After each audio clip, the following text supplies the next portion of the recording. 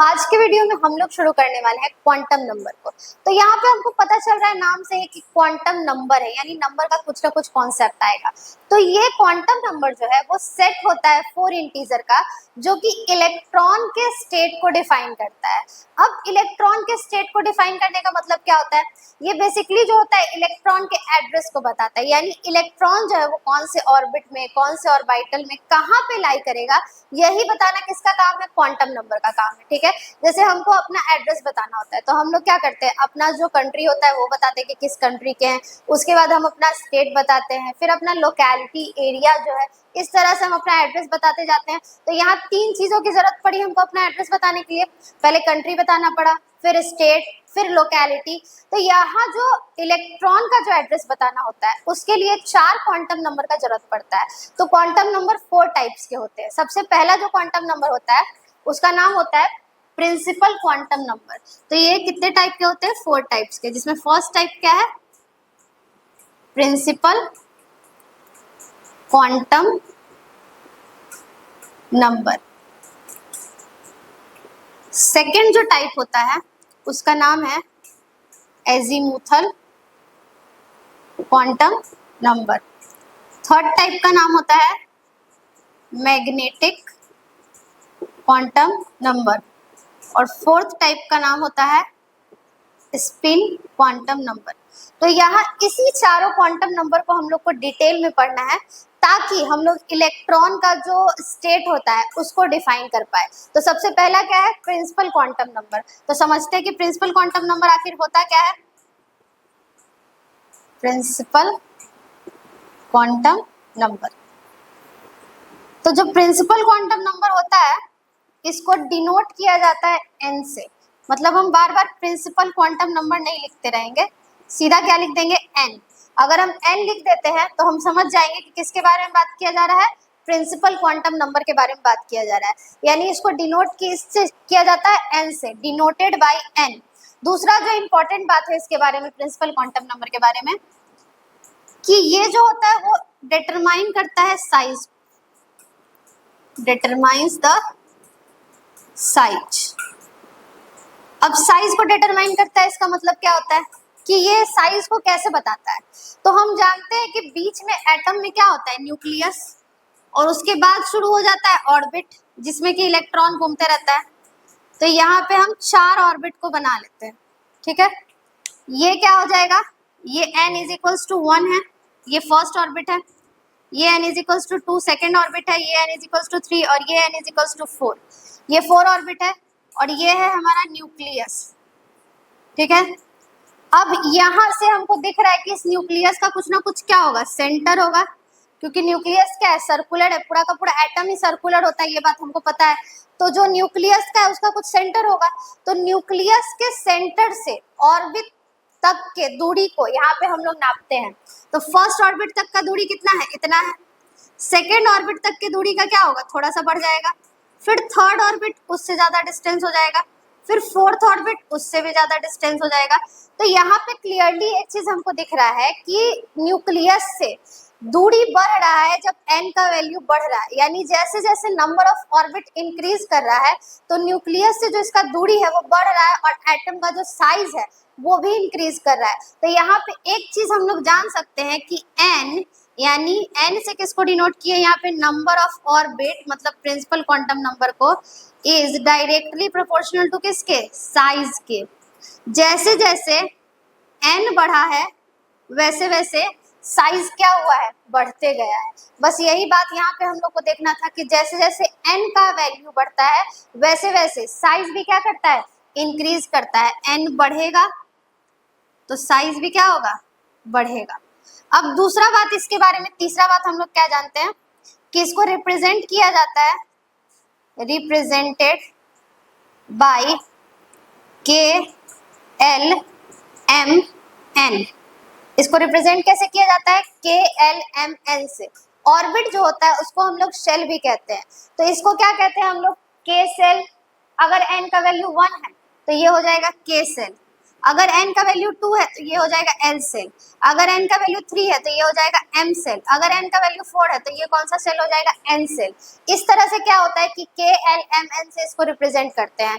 चौथा बात जो है इसके बारे में कि maximum number of electron in orbit, maximum number of electron को डिटरमाइन किया जाता है एक फॉर्मूला से जिसको कहा जाता है 2n²।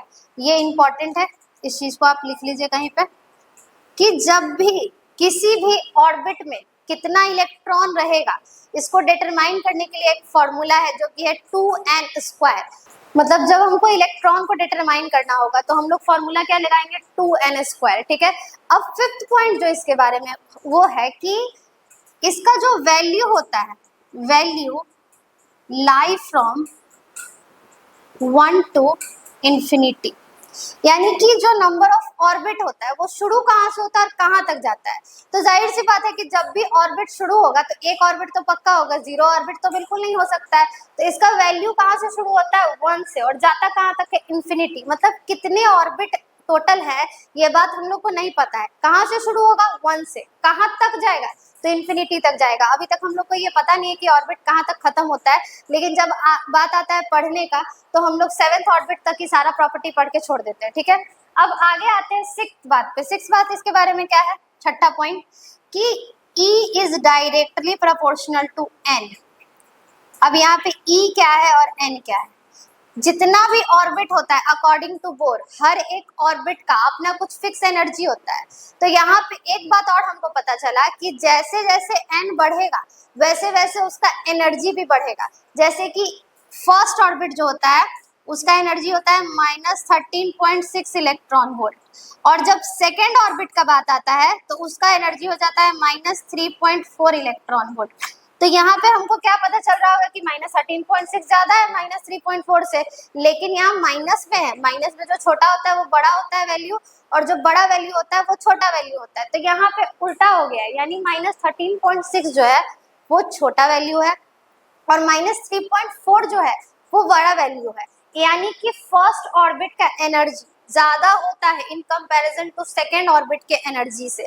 तो यहाँ पे हमको एक बात और पता चला कि एनर्जी जो है वो डायरेक्टली प्रोपोर्शनल होता है किसके, एन के। जैसे जैसे नंबर ऑफ ऑर्बिट बढ़ेगा वैसे वैसे एनर्जी भी क्या होगा, बढ़ेगा। अब इसके बारे में 7th पॉइंट ये होता है एंगुलर मोमेंटम के बारे में, कि एंगुलर मोमेंटम जो होता है उसका फॉर्मूला होता है NH/2π। यानी किसी भी ऑर्बिट का अगर आपको एंगुलर मोमेंटम निकालना है तो यहाँ पे हम लोग 6 पॉइंट लिख लेते हैं, 7th पॉइंट यहाँ पे लिख लेते हैं।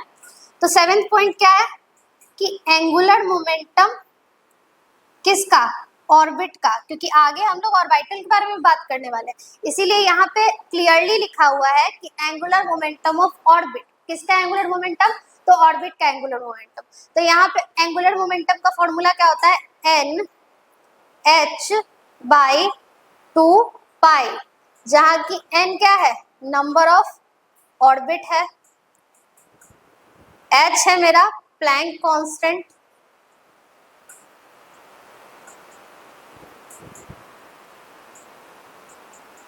और 2 और पाई का वैल्यू हम लोग जानते हैं। मतलब जब भी एंगुलर मोमेंटम निकालना होगा किसी भी ऑर्बिट का तो हम लोग यहाँ पे क्या करेंगे, n के जगह पे जो भी होगा, अगर n = 1 है, n = 2 है, जिस भी ऑर्बिट का हमको वैल्यू निकालना है वहाँ हम n के जगह पे लिख देंगे और इस चीज को क्लियरली हम लोग निकाल देंगे। ठीक है। तो प्रिंसिपल क्वांटम नंबर के बारे में 7 पॉइंट से जो हमको याद रखना है, इस चीज को आप कहीं नोट डाउन कर लीजिए ताकि क्वेश्चन बनाते टाइम यही सारा चीज आपको काम आए। तो इसका आप स्क्रीनशॉट ले लीजिए।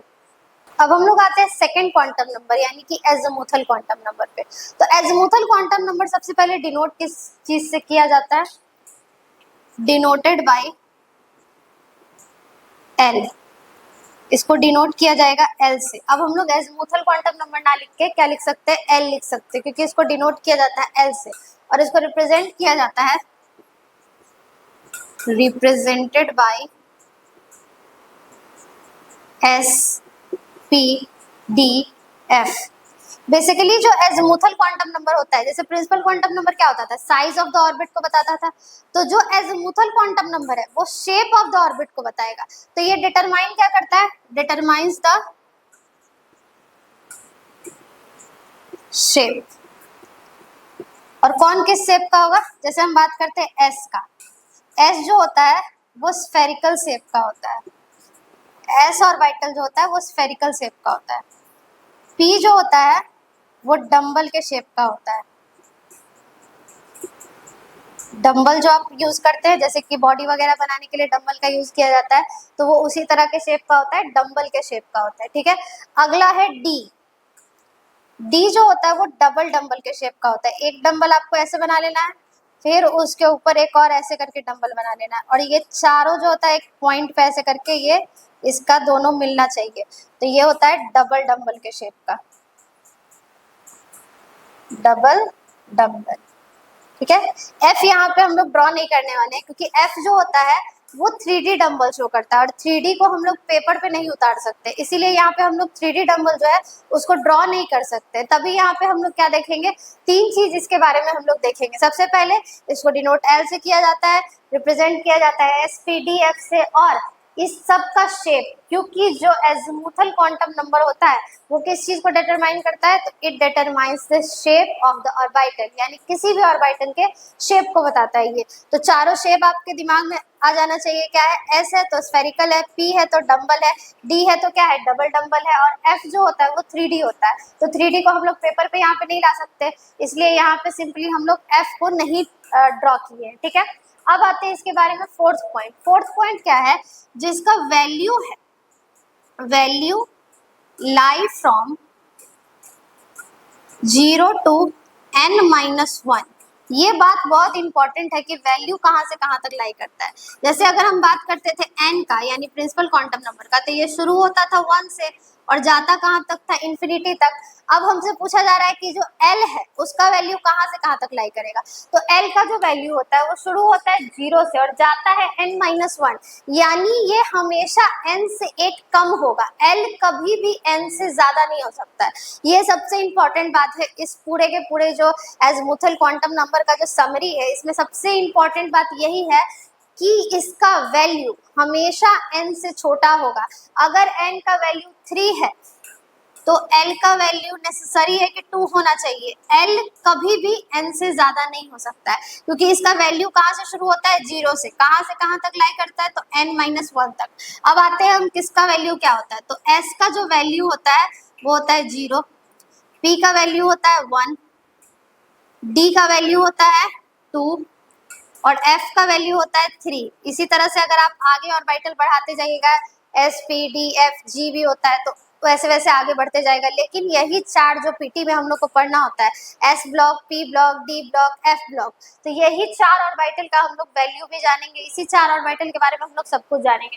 तो s का वैल्यू कितना होता है, 0, p का होता है 1, d का होता है 2 और f का कितना होता है, 3 होता है। ठीक है, तो चार इंपॉर्टेंट बात इसके बारे में हम लोग जान गए। अब हम जानते हैं कि किस में कितना ऑर्बिटल होगा, मतलब नंबर ऑफ बॉक्सेस, या फिर हम बोले नंबर ऑफ ऑर्बिटल। तो नंबर ऑफ ऑर्बिटल निकालने का फॉर्मूला होता है, तो s में कितना ऑर्बिटल होगा, नंबर ऑफ ऑर्बिटल का फॉर्मूला होता है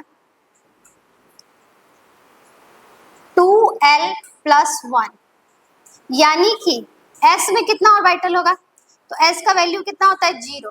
तो यहाँ अगर हम फॉर्मूला बैठाए, यानी कि l बराबर कितना हो जाएगा, अगर s का वैल्यू 0 है, यानी किस चीज का वैल्यू 0 है, l का वैल्यू 0 है, s का जो l का वैल्यू है वो कितना है, तो 0 है। तो यहाँ l के जगह पे हम लोग फॉर्मूला क्या लिखे, 2l + 1। तो l के जगह पे पहले वाले में हम लोग क्या बैठाएंगे, l = 0। तो यहाँ कितने बॉक्सेस हो जाएंगे, 2 × 0, l के जगह पे क्या बैठा दिए, 0 + 1, यानी इसमें कितना बॉक्स होगा, 1 ही बॉक्स होगा। यानी s में कितने बॉक्सेस होते हैं, s में कितने ऑर्बिटल होते हैं, तो 1 ऑर्बिटल होता है।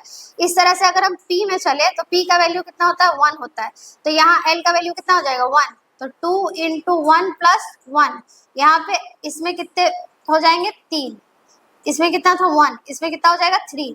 अब d का देखते हैं हम लोग, तो d का वैल्यू कितना होता है, 2 होता है। तो l का वैल्यू यहाँ पे कितना हो जाएगा, 2, क्योंकि d का वैल्यू है कितना होता है, 2। तो यहाँ पे अगर हम 2 × 2 + 1 करते हैं तो यहाँ पे कितने ऑर्बिटल्स हो जाएंगे, 5। ठीक है, अब आते हैं हम लोग f में। f का कितना होता है, 3 होता है। तो l का वैल्यू इस बार कितना हो जाएगा, 3 हो जाएगा। तो 2 × 3 + 1, इसमें कितने ऑर्बिटल्स हो जाएंगे, तो 7। ठीक है, यहाँ तक समझ में आ गया। जो जो इम्पोर्टेंट चीज है इसके बारे में उतना ही चीज हम लोग यहाँ पे देखे हैं। डिनोट कैसे किया जाएगा, रिप्रेजेंट कैसे किया जाएगा, किस शेप का होता है, किस शेप का होता है, तो इम्पोर्टेंट क्या है कि इसका वैल्यू कहाँ से कहाँ तक लाई करता है, वैल्यू बहुत इंपॉर्टेंट है। चाहे आप प्रिंसिपल क्वांटम नंबर का देखिए, एजीमुथल का देखिए, या फिर मैग्नेटिक का देखेंगे, या तो स्पिन का देखेंगे, इसका सारा क्वेश्चन जो है वो किस पे बनेगा, सबसे मेन एलिमेंट जो है वो क्या है, वैल्यू है। उसके बाद हम लोग आते हैं इसके नंबर ऑफ ऑर्बिटल पे। तो इसके नंबर ऑफ ऑर्बिटल का फॉर्मूला क्या होता है, 2l+1। तो इतना सारा इंपॉर्टेंट बात तो हम लोग देख चुके। एक और जो बात छूट गया है वो क्या है कि इसका मैक्सिमम नंबर ऑफ इलेक्ट्रॉन का फॉर्मूला क्या होता है, मतलब एक ऑर्बिटल में कितना इलेक्ट्रॉन होगा, तो मैक्सिमम नंबर ऑफ इलेक्ट्रॉन का फॉर्मूला होता है 2 × 2l+1। ठीक है, अब यहाँ पे l के जगह पे आप जो भी वैल्यू है वो बैठाते जाइए। जैसे l के जगह पे यहाँ पे हम लोग 0 बैठाएंगे, फिर अगर l p का बात होता है तो l के वैल्यू 1 बैठा देंगे। इस तरह से हम लोग निकाल सकते हैं कि s में कितना इलेक्ट्रॉन रहेगा, p में कितना रहेगा, d में कितना रहेगा और f में कितना रहेगा। लास्ट हम लोग इसका क्या देखते हैं, एंगुलर मोमेंटम का फॉर्मूला। जैसे p का एंगुलर मोमेंटम का फॉर्मूला होता था, तो इसका भी एंगुलर मोमेंटम का फॉर्मूला होता है। तो इसका एंगुलर मोमेंटम का फॉर्मूला होता है h/2π × √L × L+1। जैसे वहां पे हम लोग प्रिंसिपल क्वांटम नंबर में NH/2π करते थे, यहाँ क्या है h/2π √L × L+1। जब भी आपको बोले क्वेश्चन में एंगुलर मोमेंटम ऑफ ऑर्बिटल, ध्यान रखिएगा ऑर्बिट का निकालने का फॉर्मूला क्या होता है, NH/2π।